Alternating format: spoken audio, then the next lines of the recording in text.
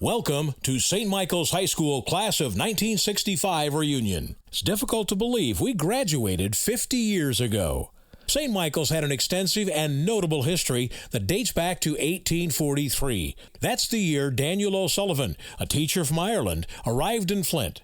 The efforts of this devoted Catholic and two circuit-riding priests, Fathers Lawrence Kilroy and Martin Kindig, didn't go unnoticed by Bishop Peter Lefebvre of Detroit, who asked them to build a parish in Flint.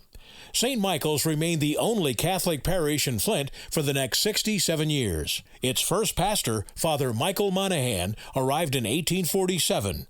The first church was completed the following year and served the parish for nearly 40 years. The second church, completed in 1883 under the direction of Father Timothy Murphy, served the parish for the next 81 years. This was the church we attended as classmates.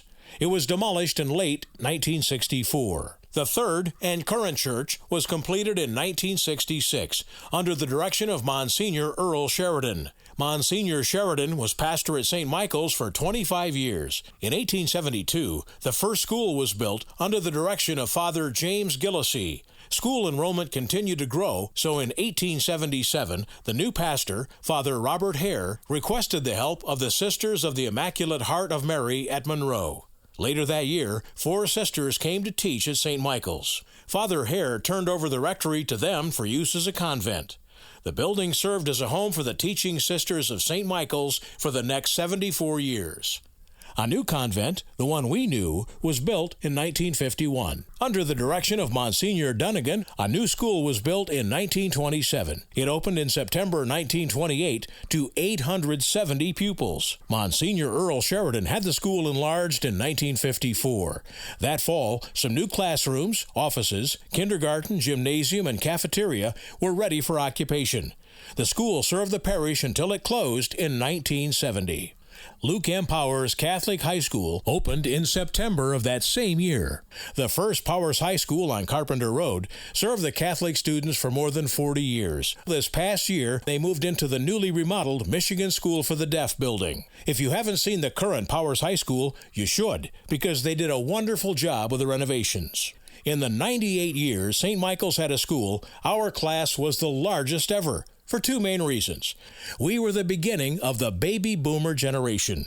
The second reason is because St. Michael's had become somewhat of a Catholic central, taking in many students from several Flint area schools that only went through the 8th grade. Before we get into the fun part of the video, I thought this would be an appropriate time to pay tribute to our deceased classmates.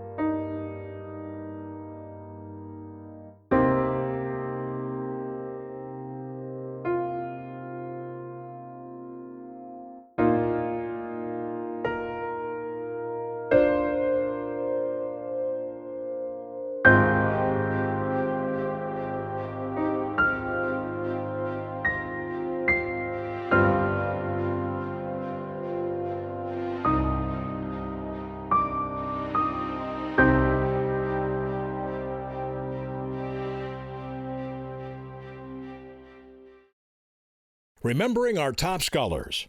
Our class had an abundance of outstanding students. Jean Ann Campana, our valedictorian, and Joanne Michael Isaac, our salutatorian, and Mike Kehoe topped the list. There were many other graduates of distinction named here in our commencement program. Remembering athletics. Our class was very competitive in sports. We were co-champions in football and basketball, sharing the titles with Holy Redeemer. We finished second in both baseball and golf. St. Agnes won the baseball championship, and St. John Vianney won both the league and the Class C state championships in golf. Our track team won the championship for 4 straight years. It was a shame that we didn't have girls' sports in high school. Perhaps some of the best athletes in our class were members of the cheerleading squad. Spirit, leadership, and athleticism best described our cheerleaders. Remembering our top poker players. Playing cards was a favorite pastime for many of the guys in our class, and we produced some of the very best players of our generation, like Tom Sherwood, Dick Fox, Tom Kearns, Mike Keys, Norm Riopelle, Lee Sheldon, Bob Sabo, and Rick Bondi. Remembering homecoming. Homecoming week was filled with hard work, fun, and excitement. Each class worked hard making their floats. We voted for the homecoming queen and her court, Queen Carol Day, and princesses Jean Ann Campana, Mary Ann Rowan, Joanne Michael Isaac, and Linda Elmore were crowned at halftime of our homecoming game on Sunday afternoon at Atwood Stadium. The festivities culminated in a huge 13-0 victory over St. John Vianney. Remembering just a few of the clubs and organizations. National Honor Society. At the induction ceremony, Ken Koshin, Vivian Krogan, and Jean Ann Campana lit the candles representing scholarship, character, leadership, and service. Sociality. Members were most recognized for visited senior citizens at various rest homes. Knights of the Altar. The altar boys assisted the priests at Mass. Perhaps it would have been a good idea to do a few background checks on some of the senior altar boys. Future nurses and teachers. These two clubs offered first-hand experience in the nursing and teaching field. Many members of our class ended up becoming nurses and teachers. Remembering the winter fun our senior year.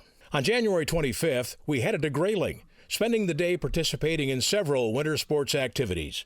A week later, we enjoyed more winter activities at the all-parochial freeze-out at Sherwood Forest. Of course, it was our boys who added a hot poker game to the festivities. Remembering activities outside of school. Does everyone remember Sam the Candyman Williams? Sam DJ'd most of our proms and dances during high school. These are some of the top songs Sam played for us. She loves you, yeah, yeah, yeah. She loves you, yeah, yeah, yeah. She loves you, yeah, yeah, yeah, yeah. Hello, Dolly. This is Louis.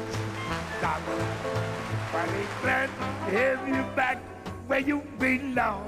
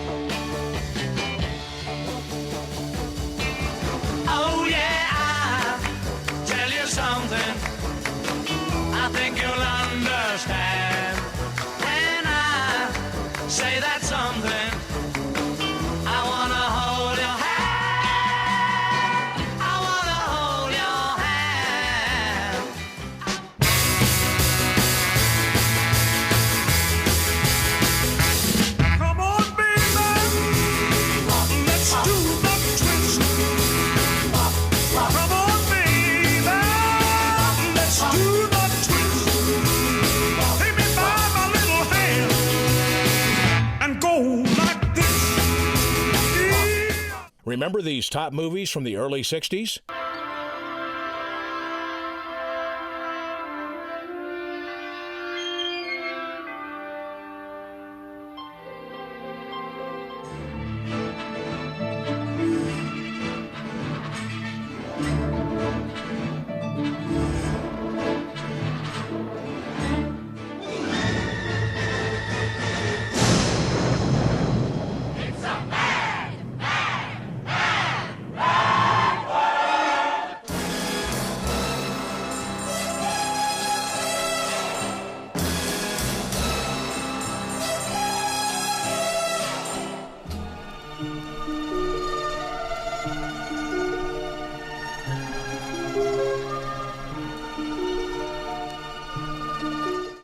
Chances are you watched them at the Della, the Capitol, or the Palace.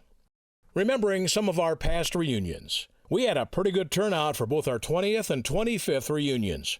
Now, let's get together for a photo of our 50th class reunion.